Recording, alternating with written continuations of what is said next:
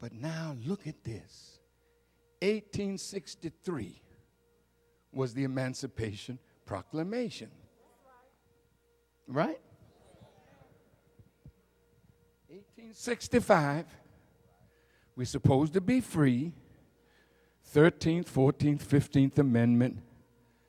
Now, bless your heart, we are all citizens now.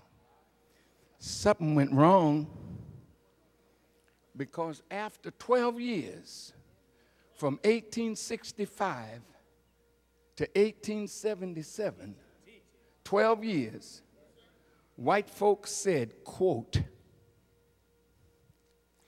if the Negroes leave the land, we don't have nobody to work the land, and that's how we get our money. So we had to find a way to put the blacks back on the land. Listen to this.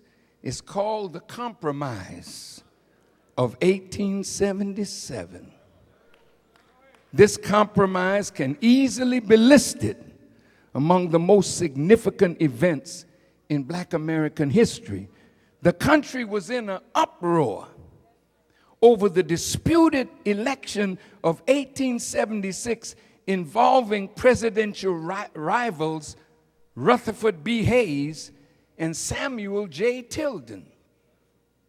But the root of the conflict was once again the fate of the black man. Since emancipation, the North had placed troops in the South to keep the whites from putting the freed blacks back into plantation slavery. But after 13 years of this so-called reconstruction, whites all over the country, North and South, had grown tired and angry over fighting each other over the rights with their ex-slaves.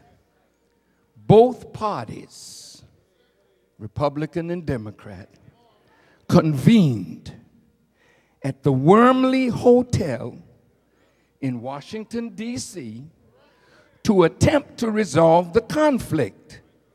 And on February 26th, 1877, a deal was struck that would profoundly affect the course of history for black people in America. All agreed that the country's need for cotton required that blacks be returned to virtual slavery and assigned to permanent political, social, and economic inferiority. You with me? All right. Let me get my papers here. Oh, yeah.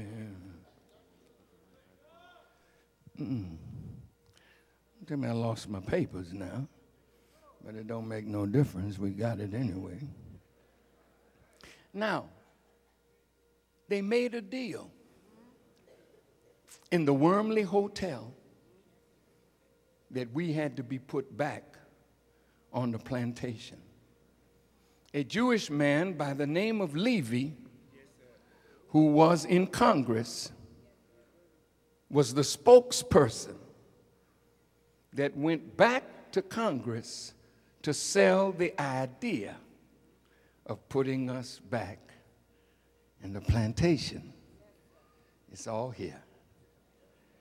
And look at this.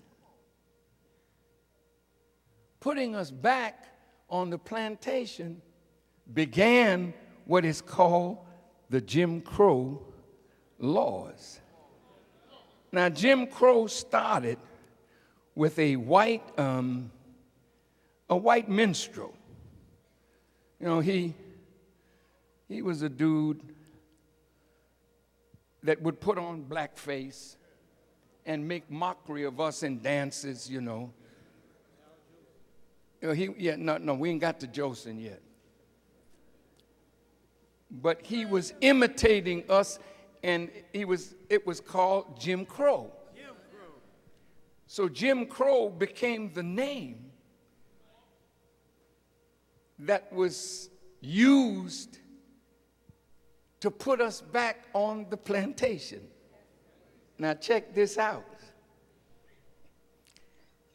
William Levy was entrusted to sell the deal to Congress and to assure his fellow Southerners that their interests had been protected. His entire speech to Congress is preserved in the Congressional Record, March 1st, 1877. A Jew was chosen to advocate in Congress for the permanent inferiority of the black man and woman in America. And this is what makes this event extremely significant in the history of black-Jewish relationships. Now, putting us back on the plantation, it was so skillfully done. But did you know that when they let us out of slavery, we were all the tradesmen? White folk didn't do that kind of work. Now listen to this. You remember James Weldon Johnson, the great poet that wrote the Black National Anthem? Listen to what he said. All the most interesting things that came under my observation were being done by colored men. They drove the horse and mule teams, they built the houses, they laid the bricks, they painted the buildings and fences, they loaded and unloaded the ships. When I was a child, I did not know that there existed such a thing as a white carpenter or bricklayer or painter or plasterer or tinner.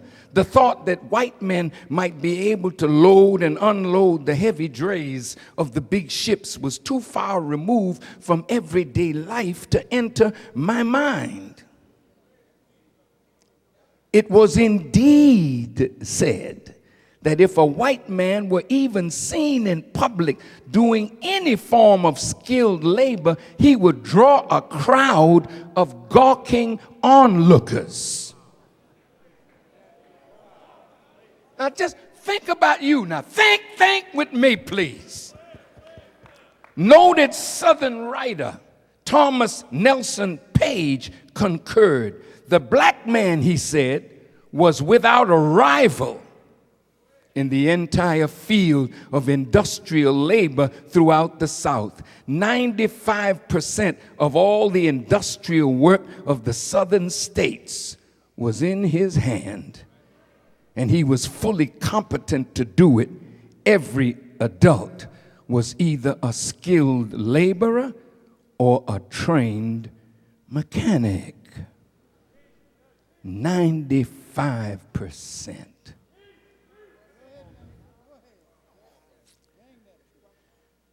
Did you know that slaves were on loan to Washington to build the White House, to build the Capitol building, to build the Lincoln Memorial and the Jefferson Memorial? White folk weren't the builders. You were the builders. And when slavery ended, we would have had all the jobs building, moving north to build. So they didn't want that. So they put us back on the plantation. Well, Rothschild had an agent called August Belmont. His real name was Schoenberg. But like many do, they changed their names.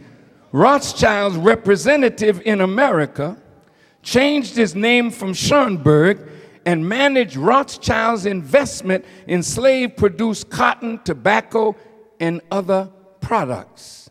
The famous Belmont Stakes horse race is named for him because he was an avid fan of horse riding.